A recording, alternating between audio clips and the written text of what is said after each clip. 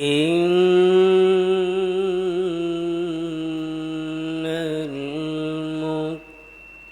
المتقين في جنات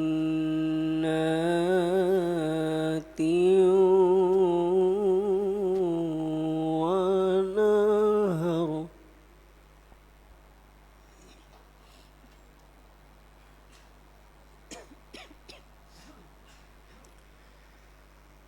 في مقعد صدق عند مليك مقتدر.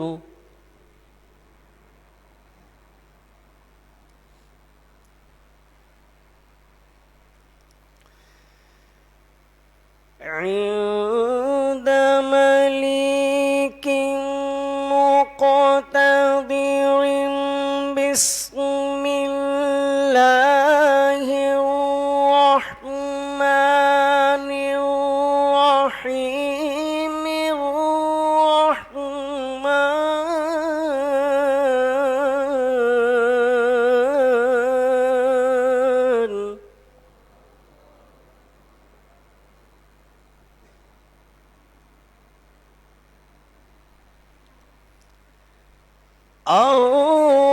الرحمن علم القرآن خلق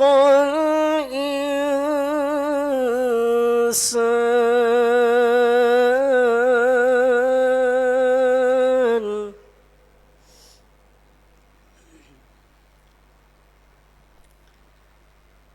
خلق الإنسان علمه البيان.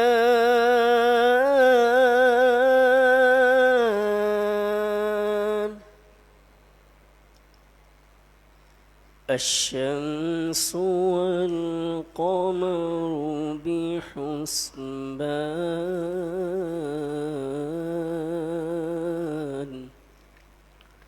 والنجم والشجر يسجدان. آمنت بالله صدق الله العظيم. آئیے مل کر قصیدہ بردہ شریف کے چند اشعار پیش کرتے ہیں. کوئی بھی لب خاموش نہ رہے، ہو سکے تو اپنی آنکھوں کو بند کر کے گنبد خضرا کا تصور کرتے ہوئے با آواز سے بلند مل کر پڑھیے. پڑھیے مولایا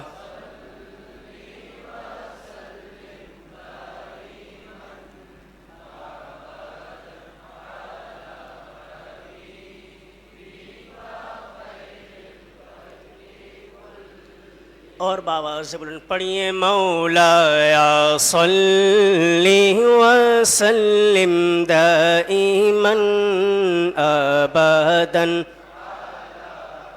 بك خير الخلق كلهم ثم الرضا عن أبي بكر وعن عمر وعن علي وعن عثمان ذي الكرم.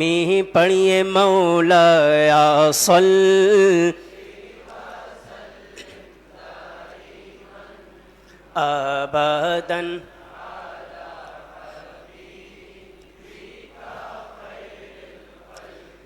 كلهم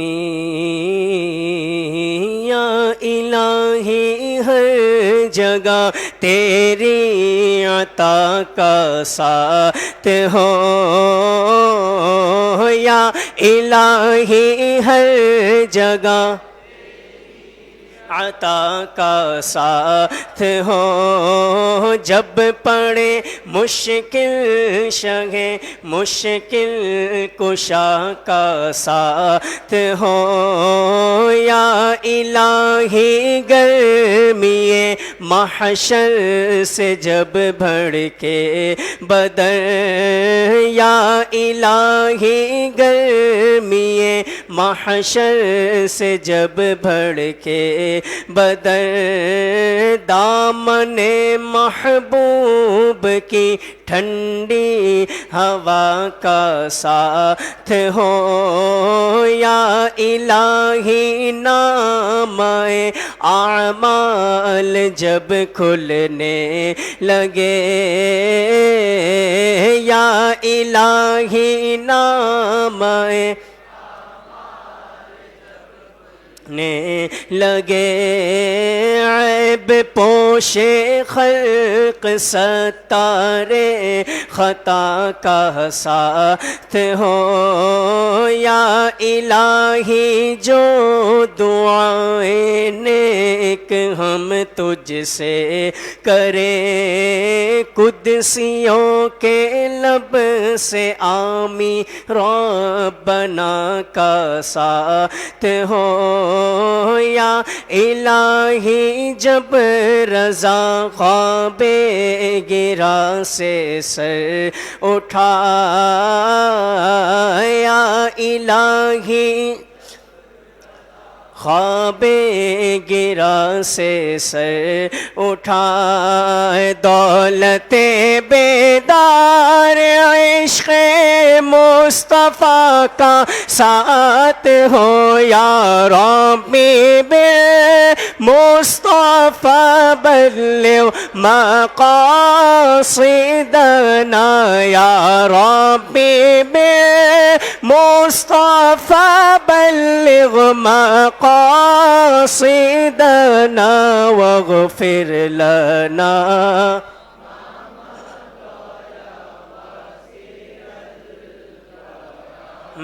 مولایا صلی وسلم دائما ابدا علی حبیب خلق كلهم الصلاة والسلام عليك يا رسول الله وعلى آلك وأصحابك يا حبيب الله اے سبز گنبد والے منظور دعا کرنا جب وقت نزا آئے دیدار کرنا جب وقت نزا آئے دیدار اے نور خدا آ کر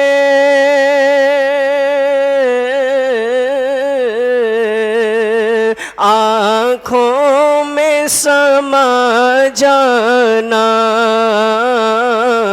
اے نور خدا آ کر آنکھوں میں سما جانا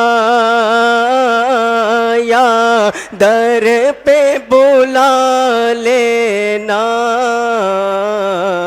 یا خواب میں آنا یا در پہ بلا لینا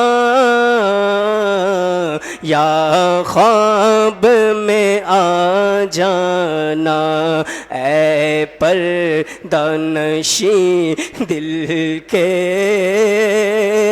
پردے میرا نا جب وقت نزا آئے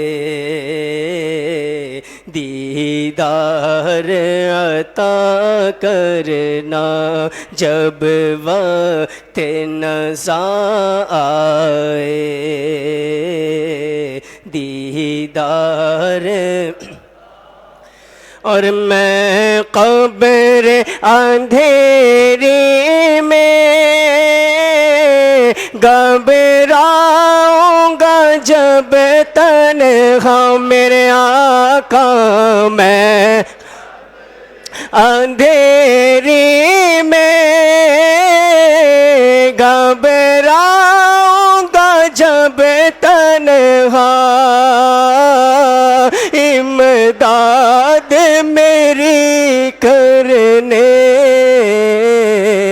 آ جانا رسول اللہ امداد میری کرنے آ جانا رسول اللہ روشن میری تربت کو اے نور خدا نہ جب وقت نزا آئے دیدار اور مجرم ہوں جہاں بھر کا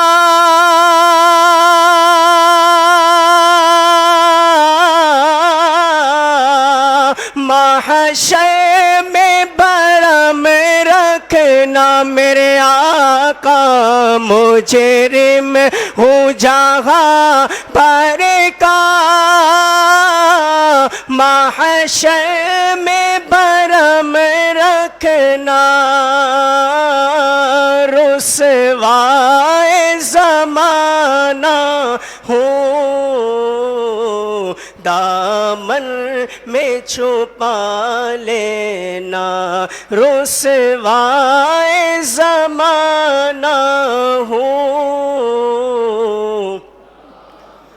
میں چھپا لینا روشن میری تربت کو للہ ذرا کرنا جب وقت نزا آئے دیدار عطا کرنا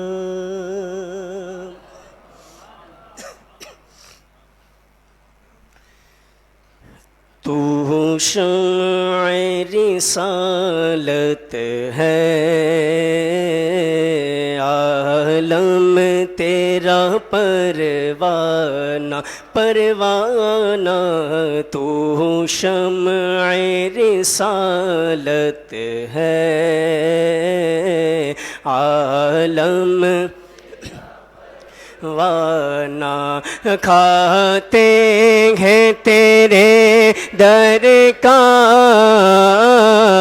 پیتے ہیں تیرے در کا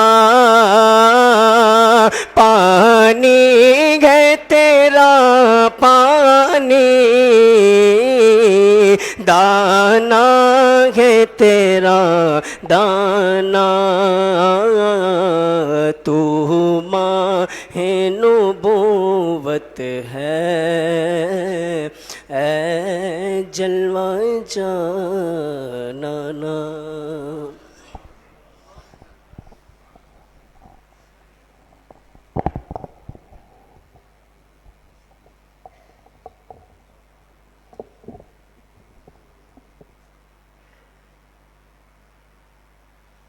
نحمده ونسلم على رسوله الكريم أما بعد فأعوذ بالله من الشيطان الرجيم بسم الله الرحمن الرحيم اهدنا الصراط المستقيم صراط الذين أنعمت عليهم غير المغضوب عليهم ولا الضالين آمين ثم آمين درود پاک پڑھی اللهم صل على سيدنا ومولانا محمد بن عبد الله ما ضاق أمر إلا وفرجه الله. اللهم صل على سيدنا ومولانا محمد صاحب الخلق العظيم وعلى آله وصحبه وبارك وسلم صلاة وسلاما عليك يا سيدي يا سيدي يا سيدي يا مكي يا مدني يا رحمة للعالمين يا شفيع المذنبين يا خاتم النبيين يا سيد المرسلين يا نبي الله يا حبيب الله يا نور الله يا رسول الله. نویت سنت الاعتکاف للہ تعالی. اللہ رب العالمین ہم سب کی حاضری قبول و منظور فرمائے. قرآن مجید فرقان حمید کے نور سے اللہ تعالی ہم سب کو ہمارے قلوب کو روشن و منور فرمائے. اللہ رب العالمین نے ارشاد فرمایا، سورۃ النساء کی آیت نمبر 60 ہے اور یہ 5ویں پارے کا 6واں رکوع ہے. ارشاد فرمایا، الم تر الی الذین یزعمون انہم آمنوا بما انزل الیک. اے محبوب، کیا آپ نے ان لوگوں کو نہ دیکھا جو یہ دعویٰ کرتے ہیں کہ وہ ایمان لائے اس پر جو آپ کی طرف اتارا گیا، وما انزل من قبلک، اور جو آپ سے پہلے اتارا گیا اس پر بھی ایمان لانے کا وہ دعویٰ کرتے ہیں. یریدون ان یتحاکموا الی الطاغوت، وہ ارادہ کرتے ہیں کہ شیطان کو فیصلہ کرنے والا تسلیم کریں، شیطان کو حکم بنائیں، فیصلہ کرنے والا تسلیم کریں. وقد امروا ان یکفروا بہ، حالانکہ انہیں اس سے منع کیا گیا اور انہیں حکم یہ دیا گیا کہ وہ شیطان کا انکار کریں. وَيُرِيدُ الشَّيْطَانُ أَن يُضِلَّهُمْ ضَلَالًا بَعِيدًا، اور شیطان ارادہ کرتا ہے کہ انہیں دور کی گمراہی میں گمراہ کر دے. وَإِذَا قِيلَ لَهُمْ تَعَالَوْا إِلَى مَا أَنزَلَ اللَّهُ وَإِلَى الرَّسُولِ، اور جب ان سے کہا جائے کہ آؤ اس کی طرف جو اللہ نے نازل کیا اور رسول کی طرف آ جاؤ، رأیت المنافقین یصدون عنک صدودا، تو تم دیکھو گے کہ منافق تم سے منہ پھیر کر پھر جاتے ہیں. سرکار دو عالم صلی اللہ علیہ وآلہ وسلم کی بارگاہ میں ایک معاملہ آپ کی بارگاہ میں پیش کیا گیا. معاملہ یہ تھا کہ ایک شخص تھا جو نبی کریم صلی اللہ علیہ وآلہ وسلم کے پیچھے نمازیں ادا کرتا، اسلامی حلیہ تھا اور کلمہ طیبہ بھی پڑھتا تھا، اپنے آپ کو مسلمان بھی کہتا تھا، لوگ بھی اسے مسلمان سمجھتے تھے. اس کا ایک یہودی سے جھگڑا ہوا. اب وہ دنیاوی معاملے میں جھگڑا تھا. یہودی نے کہا کہ ایسا کرتے ہیں، آپ کے نبی کے پاس جاتے ہیں، وہ جو فیصلہ کریں گے مجھے قبول ہے. تو اس نے کہا کہ نہیں، بلکہ کعب بن اشرف جو یہودیوں کا سردار ہے اس سے فیصلہ کرائیں گے. اس یہودی نے کہا کہ بات یہ ہے کہ کعب بن اشرف جو ہے وہ رشوت خور ہے، اور ظالم شخص ہے، انصاف نہیں کرتا۔ آپ کے نبی صلی اللہ علیہ وآلہ وسلم انصاف فرماتے ہیں، سچ بولتے ہیں اور حق فیصلہ فرماتے ہیں، تو میں تو انہی کا فیصلہ قبول کروں گا۔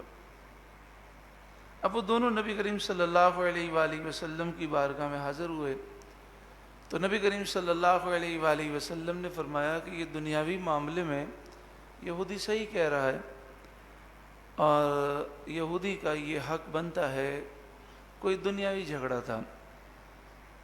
اب جب وہاں سے نکلے تو وہ جو شخص تھا جو اپنے آپ کو مسلمان کہتا تھا، لوگ بھی اسے مسلمان سمجھتے تھے، اس نے کہا کہ مجھے یہ فیصلہ سمجھ میں نہیں آیا، میرا دل مطمئن نہیں ہے، نعوذ باللہ من ذالک، میں اس فیصلے سے مطمئن نہیں ہوں۔ تو اب حضرت عمر کے پاس چلتے ہیں، وہ جو فیصلہ کریں گے وہ قبول کریں گے۔ اس کا یہ خیال تھا کہ حضرت عمر رضی اللہ تعالیٰ عنہ کا جلال مشہور و معروف ہے، جب وہ سنیں گے کہ ایک طرف یہودی ہے دوسری طرف مسلمان ہے تو جذبات میں آ کر مسلمان کے حق میں فیصلہ دے دیں گے، حالانکہ ایسا نہیں تھا۔ حضرت عمر رضی اللہ تعالیٰ عنہ کے جو جذبات تھے وہ اسلام کے لیے تھے، اور ہمیشہ اس مسئلے کو یاد رکھیں کہ اسلام جو ہے کسی پر ظلم نہیں ہونے دیتا۔ اب یہ نہیں کہ ہمارا مسلمان بھائی ہے تو وہ جو بھی فراڈ کرے ہم اس کے ساتھ تعاون کریں گے، ایسا نہیں ہے۔ تو حضرت عمر رضی اللہ تعالیٰ عنہ نے دونوں کی باتیں سنی تو یہودی کہنے لگا کہ آخر میں آپ کو یہ بھی بتا دوں کہ ہم آپ کے نبی کے پاس گئے تھے اور نبی صلی اللہ علیہ وسلم نے میرے بارے میں فیصلہ دے دیا ہے۔ تو حضرت عمر رضی اللہ تعالیٰ عنہ نے فرمایا کہ پھر تم میرے پاس فیصلہ کرانے کیوں آئے؟ تو اس نے کہا کہ یہ کہتا ہے کہ میں اس فیصلے سے مطمئن نہیں ہوں، یہ نبی صلی اللہ علیہ وسلم کے فیصلے کو نہیں مان رہا۔ اب دیکھیں حضرت عمر رضی اللہ تعالیٰ عنہ کا جلال اپنی جگہ ہے، لیکن تحقیق کا انداز دیکھیں، آپ فوراً جلال میں نہیں آئے بلکہ آپ نے اس سے کہا یہ جو یہودی کہہ رہا ہے یہ سچ کہہ رہا ہے جھوٹ کہہ رہا ہے؟ تو اس نے کہا بات تو سچی ہے، ہم گئے تھے نبی کریم صلی اللہ علیہ وآلہ وسلم کی بارگاہ میں اور ہمیں نبی کریم صلی اللہ علیہ وآلہ وسلم نے فیصلہ بھی دے دیا، لیکن میں نے کہا کہ میرا دل مطمئن نہیں ہے، مجھے حضرت عمر سے فیصلہ کرانا ہے۔ تو حضرت عمر رضی اللہ تعالیٰ عنہ نے فرمایا کہ ابھی میں آتا ہوں۔ پھر آپ آئے، آپ کے ہاتھ میں تلوار تھی، ننگی تلوار، اور آپ نے کہا کہ جو میرے نبی کا فیصلہ نہ مانے اس کا فیصلہ عمر کی تلوار کرتی ہے، اور آپ نے اس کا سر تن سے جدا کر دیا۔ اس پر مدینہ منورہ میں لوگوں نے شور مچا دیا، خاص طور پر وہ جو شخص تھا جس کا نام بشر تھا، اس کے رشتہ داروں نے، کیونکہ بہت سے لوگ وہ یہ سمجھتے ہیں مسلمان ہے لیکن وہ در حقیقت منافق تھا۔ تو آقا دو جہاں صلی اللہ علیہ وآلہ وسلم نے فرمایا کہ عمر کسی مومن کو قتل نہیں کر سکتے۔ اس واقعے میں یہ درس ہے کہ جو نبی کریم صلی اللہ علیہ وآلہ وسلم کی گستاخی کرے اس کی سزا جو ہے وہ موت ہے۔ اس میں دو رائے نہیں ہیں، امت مسلمہ ہمیشہ اس پر متفق رہی۔ نبی کریم صلی اللہ علیہ وآلہ وسلم کی گستاخی کرنے والا کافر ہو، مسلمان ہو، ذمی ہو، حربی ہو، عورت ہو، مرد ہو، اگر وہ نبی کریم صلی اللہ علیہ وآلہ وسلم کی گستاخی کرے گا تو اس کی سزا صرف اور صرف موت ہے۔ 295C اسی قانون میں یہی لکھا ہے۔ اس قانون کا نام ہے تحفظ ناموس رسالت قانون۔ یہ قانون 1986 میں پاس ہوا، اور یہ واحد قانون ہے، یا یوں سمجھیے چند قوانین میں سے قانون ہے کہ جسے پورے پاکستان کے تمام لوگوں نے متفقہ طور پر پاس کیا۔ اسمبلی کے اندر کافر بھی تھے، ہندو بھی تھے اس وقت، جس طرح ہر اسمبلی میں ہوتے ہیں، ہندو بھی تھے، مجوسی بھی تھے، اسی طرح عیسائی بھی تھے، سکھ بھی تھے، تو سب نے اس قانون کی حمایت میں تقریر کی، اور سب نے اسمبلی میں یہ کہا کہ نبی کریم صلی اللہ علیہ وآلہ وسلم کا ہم بھی احترام کرتے ہیں، جو بھی نبی کریم صلی اللہ علیہ وآلہ وسلم کی گستاخی کرے اس کی سزا موت ہے۔ تو یہ وہ قانون ہے کہ جس کی قومی اسمبلی میں، صوبائی اسمبلی میں، سینٹ میں ایک فرد نے بھی مخالفت نہیں کی، اور 100% 100% تمام اراکین نے اس کے حق میں ووٹ دیا، اور پوری امت مسلمہ اس پر متفق ہے۔ اب کافی عرصے سے پاکستان پر پریشر ہے، امریکہ کی طرف سے، یورپی یونین کی طرف سے، اور ان کا زور یہ ہے کہ یہ قانون ختم کیا جائے۔ وہ ہمیں دھمکی بھی دیتے ہیں، پریشر بھی دیتے ہیں، اور صرف یہی نہیں کہ ان کے پاس تو ایک لسٹ بنی ہوئی ہے، وہ 295C کو ختم کرنا چاہتے ہیں، عقیدہ ختم نبوت کا جو قانون ہے اسے ختم کرنا چاہتے ہیں، پاکستان کے نام کے شروع میں اسلامی جمہوریہ پاکستان ہے، اس لفظ اسلامی کو ختم کرنا چاہتے ہیں، ہمارے نصاب سے پورا اسلامی مواد ختم کرنا چاہتے ہیں، پاکستان کے آئین میں جتنی اسلامی شقیں ہیں وہ ختم کرنا چاہتے ہیں، پاکستان کے آئین میں یہ ہے کہ صدر، وزیر اعظم، چیف آرمی کافر نہیں ہو سکتا، اس کے لیے مسلمان ہونا ضروری ہے، وہ اسے ختم کرنا چاہتے ہیں۔ پاکستان میں ہم جنس جو پرستی ہے یہ قانوناً جرم ہے، وہ اس کی قانونی اجازت چاہتے ہیں، وہ چاہتے ہیں کہ مرد اور عورت بغیر نکاح کے رہیں، یہ قانونی طور پر اس کی اجازت ہو جائے۔ اس کے علاوہ اور بہت ساری وہ تبدیلیاں چاہتے ہیں۔ ان کی سوچ یہ ہے کہ جو ہماری تہذیب ہے پوری دنیا پر وہ تہذیب ہمیں اپلائی کرنی ہے۔ پاکستان جب بالکل ہمارے جیسا ہو جائے گا تو پھر ہم خوش ہوں گے۔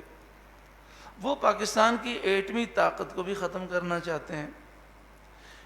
ان کی نظر میں یہ بھی ہے کہ اسلامی فوج بھی نہیں ہونی چاہیے، بلکہ پاکستان اتنا مقروض ہو جائے، اتنا غریب ہو جائے کہ اس کی فوج بھی ختم ہو، اور حفاظتی امور جو ہے وہ امریکہ کی فوج سر انجام دے۔ وہ تو بہت کچھ چاہتے ہیں۔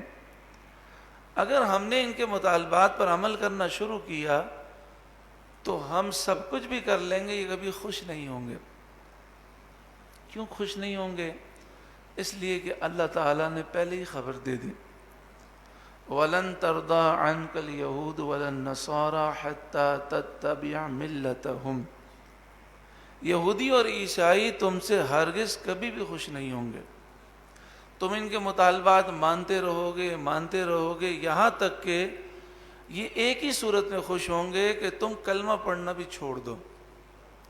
کل کو یہ بھی کہہ سکتے ہیں کہ آپ یہ کہتے ہیں پاکستان کا مطلب کیا؟ لا الہ الا اللہ، تو لا الہ الا اللہ بھی نہ پڑھا کریں، اس سے کافروں کو تکلیف ہوتی ہے، کیونکہ لا الہ الا اللہ کے معنی یہ ہیں کہ اللہ کے سوا کوئی خدا نہیں، الہ نہیں، معبود نہیں۔ تو جن کافروں نے اللہ کے سوا دوسرے خدا بنائے ہوئے ہیں ان کو تکلیف ہوتی ہے۔ وہ تو کل کو یہ بھی کہیں گے کہ قرآن پاک سے اس آیت کو نکال دیں، ان الدین عند اللہ الاسلام، اللہ کے نزدیک دین صرف اسلام ہے، باقی ہر مذہب باطل ہے، اور اسلام کے علاوہ جتنے بھی مسلمانوں کے علاوہ جتنے بھی لوگ ہیں سارے جہنمی ہیں۔ تو وہ تو کہیں گے یہ ساری آیتیں نکال دیں، تو آپ کیا کیا کریں گے؟ ہمیں خوشی ہے کہ ہماری حکومت نے یہ بیان دیا کہ عقیدہ ختم نبوت میں اور تحفظ ناموس رسالت کے مسئلے میں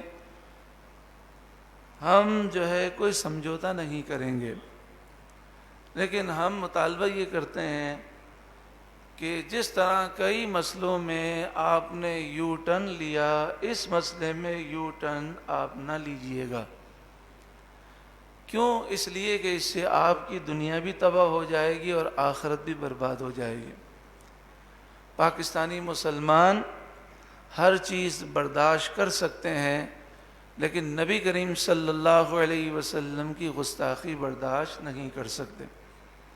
آپ سوچیں، اگر ملک میں یہ قانون موجود نہیں ہوگا اور گستاخی عام ہوگی تو کیا گستاخ عاشقان رسول سے بچ سکیں گے؟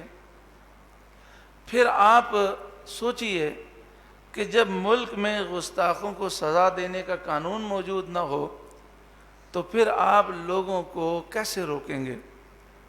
آج لوگ یہ کہتے ہیں جب قانون موجود ہے اس کے باوجود ایسا کیوں ہوتا ہے؟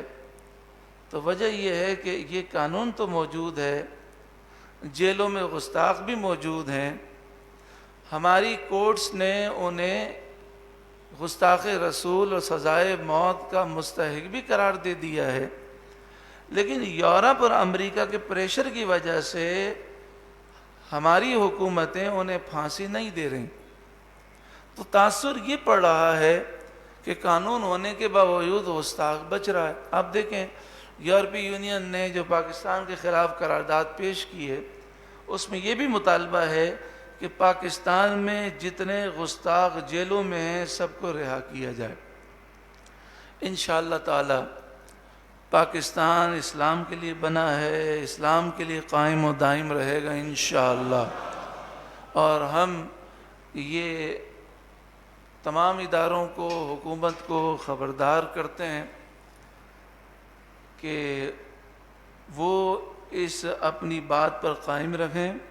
امید ہے وہ قائم رہیں گے، کیونکہ ہمارا حسن ظن ہے کہ یہ بھی اپنے آپ کو مسلمان سمجھتے ہیں، مسلمان ہیں، اور کوئی مسلمان اس معاملے میں سمجھوتا نہیں کر سکتا۔ اب یہ بتائیے کہ ہم جب 295C کے اس قانون کے تحفظ کے لیے موجود ہیں تو کیا ہم اس کے تحفظ کے لیے کوششیں کریں گے کہ نہیں کریں گے؟ انشاءاللہ تعالی ضرور کوشش کریں گے۔ اللہ تبارک و تعالی ہمیں ناموس رسالت کا محافظ بنائے۔ لبیک لبیک لبیک یا رسول اللہ، لبیک لبیک لبیک یا رسول اللہ، لبیک لبیک لبیک یا رسول اللہ۔ تاجدار ختم نبوت من سب نبیا